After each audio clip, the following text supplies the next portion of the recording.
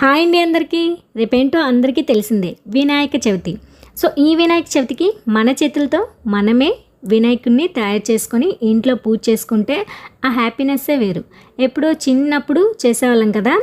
ఇప్పుడంటే అందరూ బిజీ పనుల్లో ఎవరి పనుల్లో వాళ్ళుండి కొనేసుకుంటున్నాం బొమ్మల్ని. సో మన చేతులతో మనం రెడీ చేసుకొని ఇంట్లో పూజ చేసుకుంటే ఎంతో కొంత పర్యావరణాన్ని కాపాడుకున్న వాళ్ళం అవుతాం, ఇంకా మనీ కూడా కొంత సేవ్ చేసుకున్న వాళ్ళు అవుతాం. వినాయక చవితికి చాలా టైం ఉంది. సో ఈలోగా మీకు టైం దొరికితే మట్టి తెచ్చి వినాయకుడిని తయారు చేసుకోండి. అలాగే నేను తయారు చేసిన వినాయకుడు ఎలా ఉందో కామెంట్ సెక్షన్లో కామెంట్ చేయండి. దీనికోసమైతే నేనైతే కొంత నాకు వచ్చినట్టు నేను డెకరేట్ చేసుకుంటున్నాను అనమాట. ఇంకా కొన్ని ప్రమిదలు కూడా మట్టితోనే చేసుకున్నాను అండి.